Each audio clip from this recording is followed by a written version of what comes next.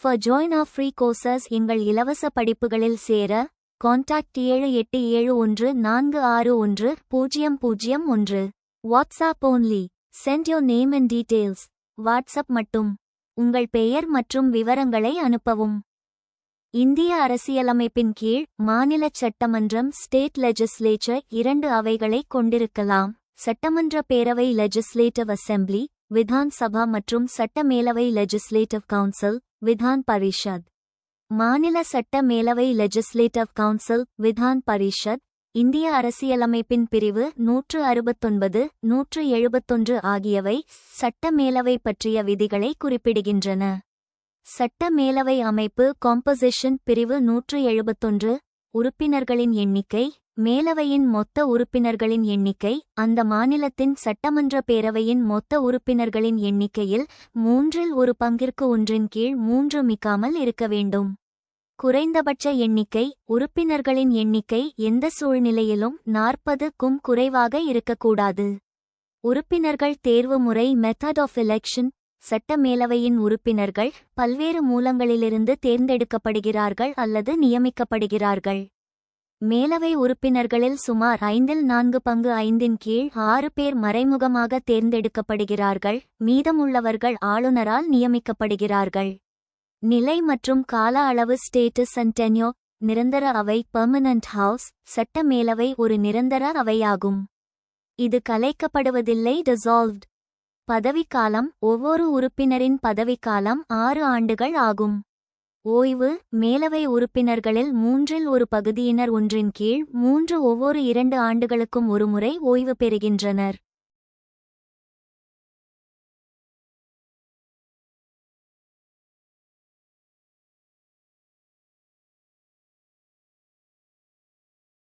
சட்ட மேலவையின் அதிகாரம் powers of the legislative council சட்ட மேலவை சட்டமன்ற பேரவையை விட மிக குறைந்த அதிகாரங்களை கொண்டுள்ளது.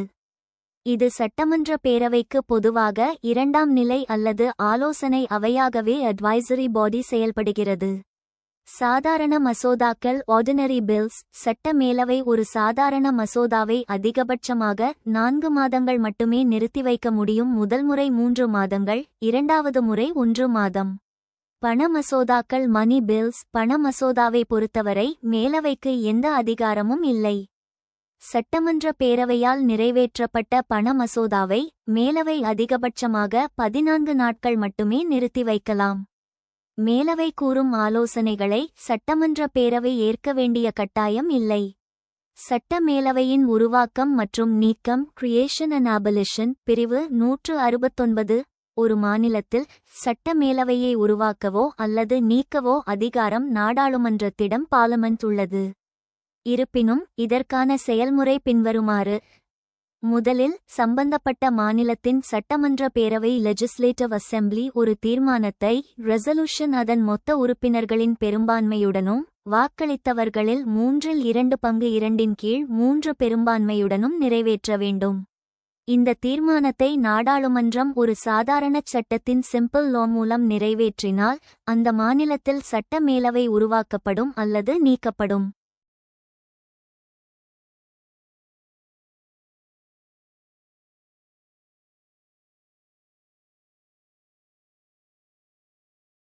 இந்தியாவில் தற்போதுள்ள மேலவைகள் தற்போது இந்தியாவில் வெறும் 6 மாநிலங்களில் மட்டுமே சட்ட மேலவை செயல்பாட்டில் உள்ளது.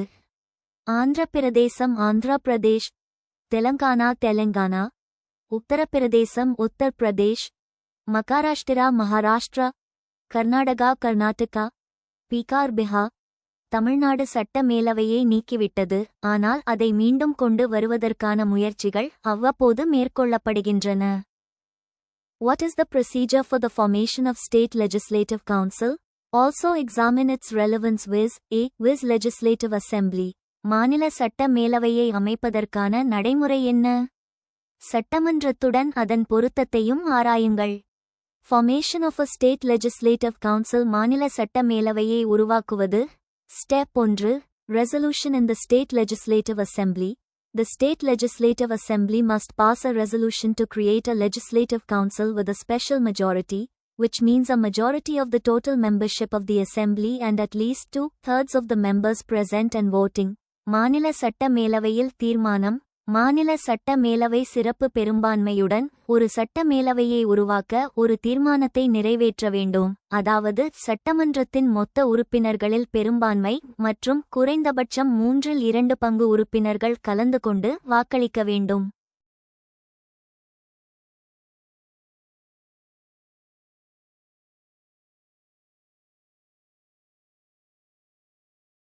Step 2. Parliamentary approval. After the resolution is passed, Parliament must enact a law to create the Legislative Council. நாடாளுமன்ற ஒப்புதல். தீர்மானம் நிறைவேற்றப்பட்ட பிறகு சட்ட மேலவையை உருவாக்க நாடாளுமன்றம் ஒரு சட்டத்தை இயற்ற வேண்டும். Step 3. Presidential assent. The bill creating the Legislative Council must receive the President's assent. ஜனாதிபதி ஒப்புதல். சட்ட மேலவையை உருவாக்கும் மசோதா ஜனாதிபதியின் ஒப்புதலை பெற வேண்டும். Composition of the State Legislative Council. மாநில சட்ட மேலவையின் அமைப்பு. 1/3 of members, elected by local authorities such as municipalities and district boards. 1/3 பங்கு உறுப்பினர்கள் நகராட்சிகள் மற்றும் மாவட்ட வாரியங்கள் போன்ற உள்ளூர் அதிகாரிகளால் தேர்ந்தெடுக்கப்படுகிறார்கள். 1/3 of members, elected by the members of the Legislative Assembly from among individuals who are not Assembly members. 1/3 பங்கு உறுப்பினர்கள் சட்டமன்ற உறுப்பினர்களாக இல்லாத தனிநபர்களிடமிருந்து சட்டமன்ற உறுப்பினர்களால் தேர்ந்தெடுக்கப்படுகிறார்கள். 1/6 of members, nominated by the governor from individuals with specialized knowledge or practical experience in areas like literature, science, art, cooperative movements, and social service. 1/6 பங்கு உறுப்பினர்கள் இலக்கியம், அறிவியல், கலை, கூட்டுறவு இயக்கங்கள் மற்றும் சமூக சேவை போன்ற துறைகளில் சிறப்பு அறிவு அல்லது நடைமுறை அனுபவம் உள்ள நபர்களிடமிருந்து ஆளுநரால் பரிந்துரைக்கப்படுகிறார்கள். 1/12 of members, elected by residents of the state who have graduated from any university in India and have been graduates for at least 3 years. 12 பங்கு உறுப்பினர்கள் இந்தியாவில் உள்ள எந்தவொரு பல்கலைக்கழகத்திலும் பட்டம் பெற்ற மற்றும் குறைந்தது 3 ஆண்டுகள் பட்டதாரிகளாக இருக்கும் மாநிலத்தில் வசிப்பவர்களால் தேர்ந்தெடுக்கப்படுகிறார்கள். 1/12 of members, elected by individuals residing in the state who have been teaching for at least 3 years in educational institutions that are not lower than secondary school level. 12 பங்கு உறுப்பினர்கள் இடைநிலை பள்ளி மட்டத்திற்கு குறையாத கல்வி நிறுவனங்களில் குறைந்தது 3 ஆண்டுகள் கற்பித்து வரும் மாநிலத்தில் வசிக்கும் நபர்களால் தேர்ந்தெடுக்கப்படுகிறார்கள்.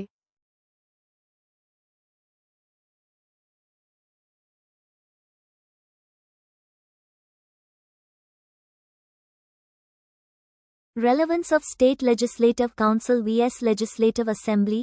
சட்டமன்றத்துடன் ஒப்பிடும்போது மாநில சட்ட மேலவையின் பொருத்தம். Limited powers. The council can discuss the budget but cannot vote on demands for grants, which is the exclusive privilege of the assembly. வரையறுக்கப்பட்ட அதிகாரங்கள். கவுன்சில் பட்ஜெட்டை விவாதிக்க முடியும், ஆனால் மானியங்களுக்கான கோரிக்கைகளில் வாக்களிக்க முடியாது. இது சட்டமன்றத்தின் பிரத்யேக சலுகையாகும். No effective say in constitutional amendment bills. The council does not have a significant role in approving constitutional amendment bills. அரசியலமைப்பு திருத்த மசோதாக்களில் எந்த பயனுள்ள கருத்தும் இல்லை. அரசியலமைப்பு திருத்த மசோதாக்களை அங்கீகரிப்பதில் கவுன்சிலுக்கு குறிப்பிடத்தக்க பங்கு இல்லை. Existence dependent on the assembly. The council's existence depends on the will of the assembly. It can recommend council abolition to parliament. சட்டமன்றத்தை சார்ந்தது இருப்பு. கவுன்சிலின் இருப்பு சட்டமன்றத்தின் விருப்பத்தை பொறுத்தது. இது சட்டமன்றத்தை ஒழிப்பதை நாடாளுமன்றத்திற்கு பரிந்துரைக்க முடியும். However, the State Legislative Council serves as a revising chamber, providing checks and balances to the Legislative Assembly. It offers representation to various groups and expertise, enhancing legislative scrutiny.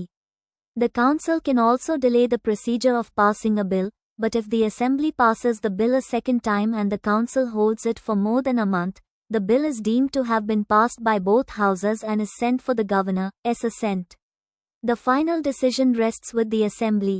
இருப்பினும் மாநில சட்ட மேலவை ஒரு திருத்த அறையாக செயல்படுகிறது, சட்டமன்றத்திற்கு சோதனைகள் மற்றும் சமநிலைகளை வழங்குகிறது. இது பல்வேறு குழுக்களுக்கு பிரதிநிதித்துவத்தையும் நிபுணத்துவத்தையும் வழங்குகிறது, சட்டமன்ற ஆய்வை மேம்படுத்துகிறது. கவுன்சில் ஒரு மசோதாவை நிறைவேற்றும் நடைமுறையையும் தாமதப்படுத்தலாம். ஆனால் சட்டமன்றம் மசோதாவை இரண்டாவது முறையாக நிறைவேற்றி மேலவை அதை 1 மாதத்திற்கு மேல் வைத்திருந்தால் அந்த மசோதா 2 அவைகளாலும் நிறைவேற்றப்பட்டதாக deemed to have been passed கருதப்பட்டு ஆளுநரின் ஒப்புதலுக்காக அனுப்பப்படும். இறுதி முடிவு சட்டமன்றத்திற்கே அதிகாரம்.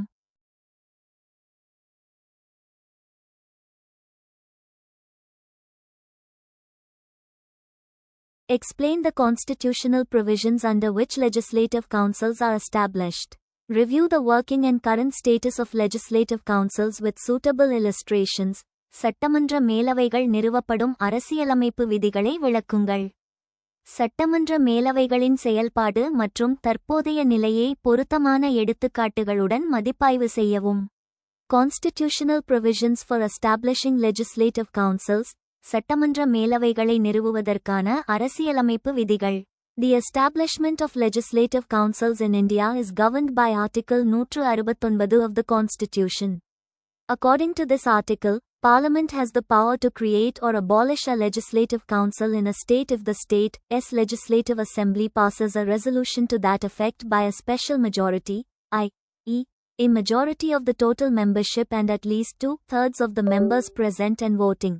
இந்தியாவில் சட்டமன்ற மேலவைகளை நிறுவுவது அரசியலமைப்பின் 169வது பிரிவின்படி நிர்வகிக்கப்படுகிறது. இந்த கட்டுரையின்படி ஒரு மாநிலத்தின் சட்டமன்றம் சிறப்பு பெரும்பான்மையுடன், அதாவது மொத்த உறுப்பினர்களில் பெரும்பான்மையினரின் பெரும்பான்மையினருடன் குறைந்தபட்சம் 2/3 பங்கு உறுப்பினர்கள் கலந்து கொண்டு வாக்களிக்கும் தீர்மானத்தை நிறைவேற்றினால் ஒரு மாநிலத்தில் சட்டமன்ற மேலவையை உருவாக்கவோ அல்லது ஒழிக்கவோ பாராளுமன்றத்திற்கு அதிகாரம் உள்ளது. Composition of legislative councils. சட்டமன்ற மேலவைகளின் அமைப்பு. The composition of legislative councils is defined under Article 171 of the Constitution. The total number of members in the Legislative Council of a state cannot exceed 1/3 of the total number of members in the Legislative Assembly, and the minimum number of members is set at 40. Members are elected through various methods. அரசியலமைப்புச் சட்டத்தின் 171வது பிரிவின் கீழ் சட்டமன்ற மேலவைகளின் அமைப்பு வரையறுக்கப்பட்டுள்ளது. ஒரு மாநிலத்தின் சட்டமன்ற மேலவையில் உள்ள மொத்த உறுப்பினர்களின் எண்ணிக்கை சட்டமன்றத்தில் உள்ள மொத்த உறுப்பினர்களின் எண்ணிக்கையில் 1/3 பங்கை விட அதிகமாக இருக்கக்கூடாது. மேலும் குறைந்தபட்ச உறுப்பினர்களின் எண்ணிக்கை 40 ஆக நிர்ணயிக்கப்பட்டுள்ளது. உறுப்பினர்கள் பல்வேறு முறைகள் மூலம் தேர்ந்தெடுக்கப்படுகிறார்கள்.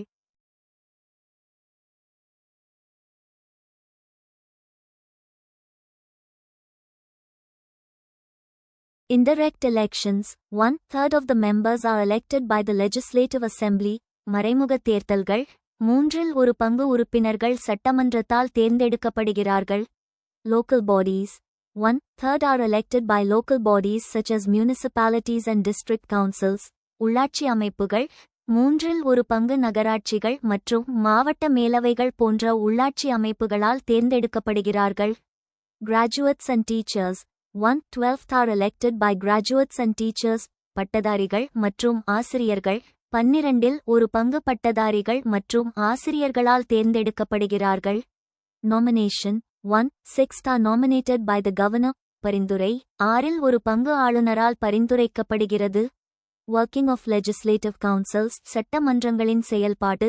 Legislative councils have limited powers compared to legislative assemblies. They cannot initiate or reject money bills and can only recommend amendments. However, they play a crucial role in providing a check on hasty legislation and accommodating expertise in the legislative process.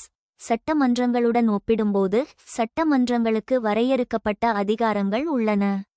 அவை பண மசோதாக்களை தொடங்கவோ நிராகரிக்கவோ முடியாது, மேலும் திருத்தங்களை மட்டுமே பரிந்துரைக்க முடியும். இருப்பினும் அவசர சட்டங்களை சரிபார்ப்பதிலும் சட்டமன்ற செயல்பாட்டில் நிபுணத்துவத்தை ஏற்படுத்துவதிலும் அவை முக்கிய பங்கு வகிக்கின்றன. These councils have been instrumental in providing a platform for detailed scrutiny and discussion of bills and policies.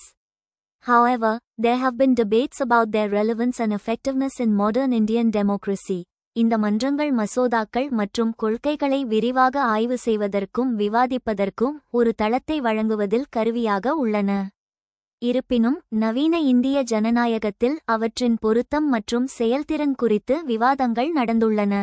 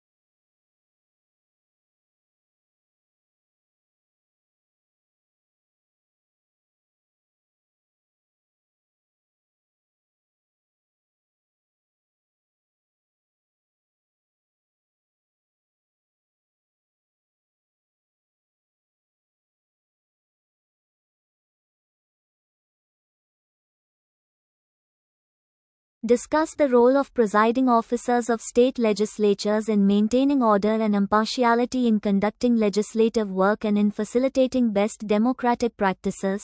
சட்டமன்ற பணிகளை மேற்கொள்வதில் ஒழுங்கு மற்றும் பாரபட்சமற்ற தன்மையை பேணுவதிலும் சிறந்த ஜனநாயக நடைமுறைகளை எளிதாக்குவதிலும் மாநில சட்டமன்றங்களின் தலைமை அதிகாரிகளின் பங்கை பற்றி விவாதிக்கவும்.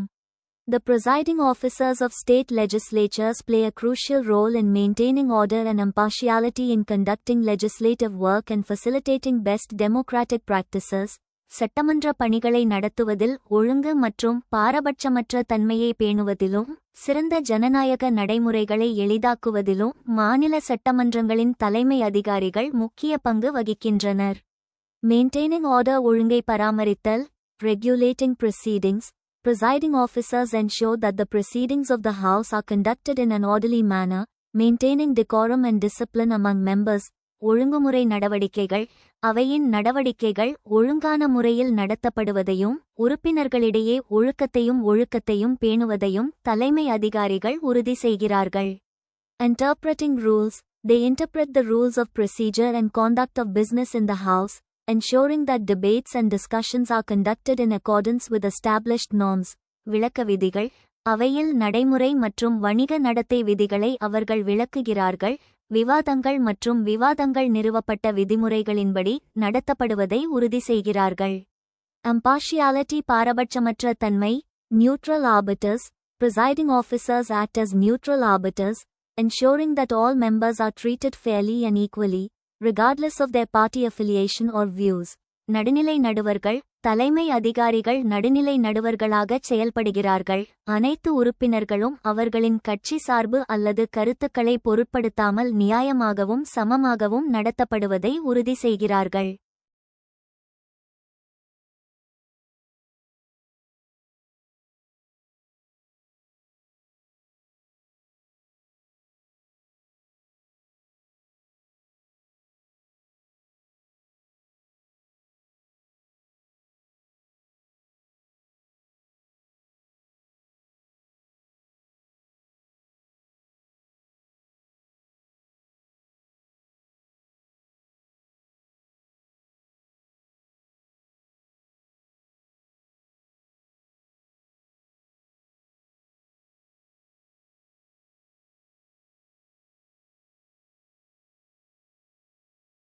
Ensuring equal opportunities. They provide equal opportunities to all members to participate in debates and discussions, ensuring that diverse perspectives are represented.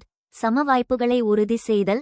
விவாதங்கள் மற்றும் விவாதங்களில் பங்கேற்க அனைத்து உறுப்பினர்களுக்கும் சம வாய்ப்புகளை வழங்குகிறார்கள். பல்வேறு கண்ணோட்டங்கள் பிரதிநிதித்துவப்படுத்தப்படுவதை உறுதி செய்கிறார்கள். Facilitating best democratic practices. சிறந்த ஜனநாயக நடைமுறைகளை எளிதாக்குதல். Promoting constructive debate. Presiding officers foster a culture of constructive debate and discussion, encouraging members to engage in meaningful and respectful dialogue. ஆக்கப்பூர்வமான விவாதத்தை ஊக்குவித்தல். தலைமை அதிகாரிகள் ஆக்கப்பூர்வமான விவாதம் மற்றும் கலந்துரையாடல் கலாச்சாரத்தை வளர்க்கிறார்கள். உறுப்பினர்கள் அர்த்தமுள்ள மற்றும் மரியாதைக்குரிய உரையாடலில் ஈடுபட ஊக்குவிக்கிறார்கள். Ensuring transparency. They ensure that the proceedings of the House are transparent, with adequate records and documentation maintained. வெளிப்படைத்தன்மையை உறுதி செய்தல். அவையின் நடவடிக்கைகள் வெளிப்படையானவை. போதுமான பதிவுகள் மற்றும் ஆவணங்கள் பராமரிக்கப்படுவதை அவர்கள் உறுதி செய்கிறார்கள். Capacity building. Presiding officers can facilitate capacity building initiatives for members, enhancing their knowledge and skills in legislative procedures and best practices. திறன் மேம்பாடு. அவை தலைவர்கள் உறுப்பினர்களுக்கான திறன் மேம்பாட்டு முயற்சிகளை எளிதாக்கலாம். சட்டமன்ற நடைமுறைகள் மற்றும் சிறந்த நடைமுறைகளில் அவர்களின் அறிவு மற்றும் திறன்களை மேம்படுத்தலாம். Challenges and opportunities. Maintaining independence. Presiding officers must maintain their independence and impartiality, avoiding partisanship and ensuring that the House is conducted in a fair and transparent manner. சுதந்திரத்தை பராமரித்தல். தலைமை அதிகாரிகள் தங்கள் சுதந்திரத்தையும் பாரபட்சமற்ற தன்மையையும் பராமரிக்க வேண்டும். பாரபட்சத்தை தவிர்த்து அவை நியாயமான மற்றும் வெளிப்படையான முறையில் நடத்தப்படுவதை உறுதி செய்ய வேண்டும்.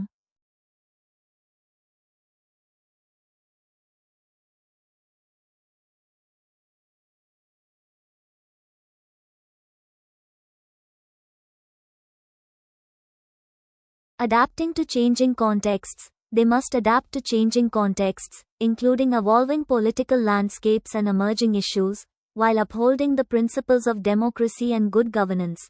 மாறிவரும் சூழல்களுக்கு ஏற்ப மாற்றியமைத்தல், ஜனநாயகம் மற்றும் நல்லாட்சியின் கொள்கைகளை நிலைநிறுத்தி, வளர்ந்து வரும் அரசியல் நிலப்பரப்புகள் மற்றும் வளர்ந்து வரும் பிரச்சினைகள் உட்பட மாறிவரும் சூழல்களுக்கு ஏற்ப அவர்கள் மாற வேண்டும்.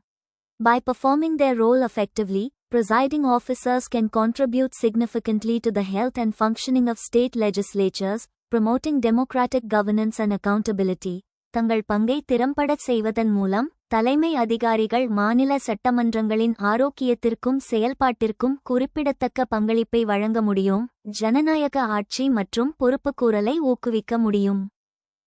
For join our free courses, எங்கள் இலவச படிப்புகளில் சேர கான்டாக்ட் 7871461001.